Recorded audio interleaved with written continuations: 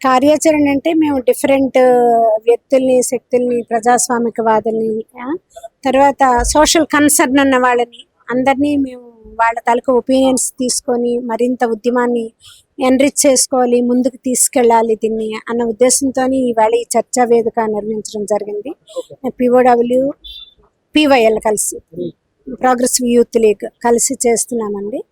ముఖ్యంగా ఏంటంటే ఈరోజు ఎక్కువ కార్పొరేట్ హాస్పిటల్స్ దోపిడీ అనేది భయంకరంగా అయిపోయింది. ఎంత దోపిడీ పెరిగిందంటే ఈవెన్ ఒక 70-80 వేల జీతగాడి ఇంట్లో కూడా ఒక పేషెంట్ వస్తే వాళ్ళు బికారులుగా అయిపోతున్నారు.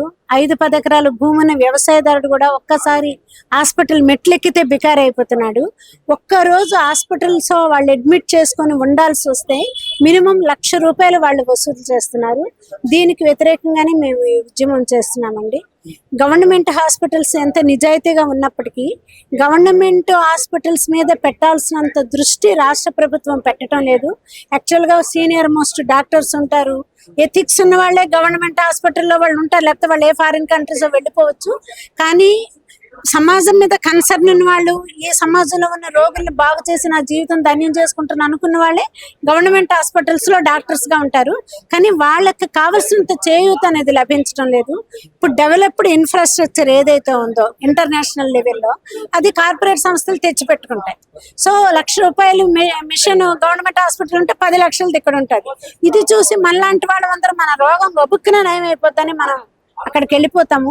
కానీ మీకు తెలుసు కోవిడ్ పీరియడ్ లో రోగాలు ఎక్కడ నయమయ్యాయి దయచేసి మీరే చెప్పండి. గవర్నమెంట్ హాస్పిటల్స్ లో జాయిన్ అయిన ప్రతి కరోనా రోగం అందరూ బయటపడ్డారు. అదే ప్రైవేట్ హాస్పిటల్లో జాయిన్ అయిన ఈవెన్ బాలసుబ్రహ్మణ్యంతో సహా చాలా మంది చచ్చిపోయారు. మన సింగర్ బాలసుబ్రహ్మణ్యంతో సహా చాలా మంది ప్రైవేట్ హాస్పిటల్స్ లో కరోనా వాళ్ళు జాయిన్ అయిన వాళ్ళు బ్రతికి బట్ట కట్టడం చాలా తక్కువైంది. గవర్నమెంట్ లో చచ్చిపోవడం అనేది జరగలేదు. అంత నిజాయితీ గల గవర్నమెంట్ హాస్పిటల్ ని రాష్ట్ర ప్రభుత్వం చిన్న చూపు చూడడం ద్వారా ఈ రోజు 5,000 మంది వస్తున్నారు. నిమ్స్ కి ఒక ఫ్లోటింగ్ వరదలాగా వస్తారనమాట. ఒక నీలోఫర్ కి వరదలాగా వస్తారు, ఫీవర్ హాస్పిటల్ కి వరదలాగా వస్తారు. ఈఎన్టీ హాస్పిటల్ కోటిలో మనం చూస్తే వందలాది మంది మనం ఓపీలో 2 గంటలు నిలబడితే గానీ మనం డాక్టర్ దర్శనం మనకు జరగదు. అలాంటిది as you can see this. అలాంటిది మరొక ఈఎన్టీ, ఒక super speciality ENT hospital government నిర్వహించలేదా, ఒకటి నిర్మించలేదా అని మేము అడుగుతున్నాము. అలాగే ఈ రోజు నిమ్స్, ఇంకొక నిమ్స్ ని ఎందుకు అది ఏర్పాటు చేయలేదని అడుగుతున్నాము. లేదా ఉన్న హాస్పిటల్స్ లో డాక్టర్స్ చాలా తక్కువ ఉన్నారు. ఆల్రెడీ క్వాలిఫైడ్ ఎంబీబీఎస్ స్టూడెంట్స్ నిరుద్యోగంతో బాధపడుతున్నారు. కాబట్టి డాక్టర్స్ ని రిక్రూట్ చేయాలని, స్టాఫ్ నర్సులు రిక్రూట్ చేయాలని, నర్సుల్ని రిక్రూట్ చేయాలని, పరిశుభ్రమైన వాతావరణంలో స్కావెంజర్స్ ఉండాలని, ఇన్సైడ్ పేషెంట్స్ కి మంచి ఫుడ్ ఇచ్చే కిచెన్ రూమ్స్ అనేవి అంత నీట్ గా లేవు, అంత హైజీనిక్ గా లేవు. ఫుడ్ కి వాళ్ళు కేటాయించిన ఇన్సైడ్ అంటే ఇంటర్నల్ గా పేషెంట్స్ కి ఇచ్చే ఫుడ్ కేటాయించే బడ్జెట్ కూడా చాలా తక్కువ ఉంది. ఆ బడ్జెట్ ని పెంచాలని మేము అడుగుతున్నాము. కార్పొరేట్ దోపిడీ ఎంత ఉందంటే ఈ రోజు వరల్డ్ హెల్త్ ఆర్గనైజేషన్ చెప్తుంది సిజేరియన్స్ 15% దాటకూడదు. అలాగే మన దేశంలో తీసుకుంటే ఈ అన్ని రాష్ట్రాలతో యావరేజ్ 25% మాత్రమే సిజేరియన్స్ జరిగితే మన హైదరాబాద్ లో, మన తెలంగాణ రాష్ట్రంలోని 75% సిజేరియన్లు జరుగుతున్నాయి.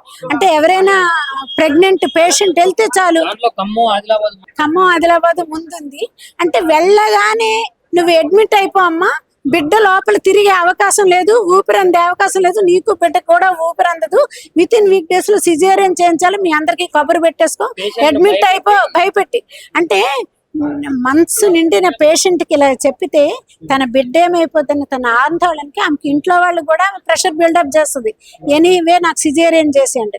25 ఏళ్ల వాళ్ళకి 32 సంవత్సరాల లోపు వాళ్ళకి అత్యంత ఈజీగా నార్మల్ డెలివరీలు అవుతాయని వైద్య శాస్త్రమే చెప్తుంది. ఈవెన్ 22 ఏళ్ళు 25 ఏళ్ళ వాళ్ళకు కూడా వీళ్ళు సిజేరియన్లు చేసి 75% ఫస్ట్ ర్యాంక్ లో మనం ఉన్నాం సిజేరియన్స్ లో. ఇది పూర్తిగా గవర్నమెంట్ తాలూకా నిర్లక్ష్యం, అలసత్వము, అన్ని విధాలుగా అంటే పొల్యూషన్ వైజ్ ఇలాగే ఉంది, వైద్యం వైజ్ ఇలాగే ఉంది. ఇప్పుడు ఈ వైద్యాన్ని విద్యని ఎన్రిచ్ చేయడానికి బదులు స్కిల్ యూనివర్సిటీలు కడతాము, స్పోర్ట్ యూనివర్సిటీలు కడతాము, అందాల పోటీలు పెడతాము అని తెలంగాణ గవర్నమెంట్ ఒక రకంగా అవమానించడమే. స్కిల్ యూనివర్సిటీకి ఎవడు వెళ్తాడండి? ఎలిమెంటరీ స్కూల్ నుంచి స్కిల్స్ నేర్చుకున్నవాడే యూనివర్సిటీ వరకు వెళ్తాడు. ఇక్కడ అంతా లేదు. అంటే కార్పొరేట్ వ్యవస్థ నడవడానికి కావలసిన అన్ని అరేంజ్ చేయడానికి రాష్ట్ర ప్రభుత్వం ముందుకుందని మాకు అర్థమవుతుంది. స్పోర్ట్ యూనివర్సిటీలకు మీ ఫ్యామిలీ నుంచి మా ఫ్యామిలీ నుంచి ఎవరు వెళ్ళలేరు. బాగా డబ్బున్న కార్పొరేట్ల పిల్లలు, పారిశ్రామికవేత్తల పిల్లలు, బిజినెస్ మ్యాగ్నెట్ పిల్లలు మాత్రమే స్పోర్ట్స్ యూనివర్సిటీస్కి వెళ్ళగలరు. ఇవన్నిటి మీద దృష్టి పెట్టి ప్రాథమిక విద్య, వైద్యము డెవలప్ చేసి దీన్ని స్ట్రెంగ్థెన్ చేసి కార్పొరేట్ హాస్పిటల్ మీద నియంత్రణ చేయాలి గవర్నమెంట్ అని మేము డిమాండ్ చేస్తూ ఈ ఉద్యమాన్ని చేస్తాం.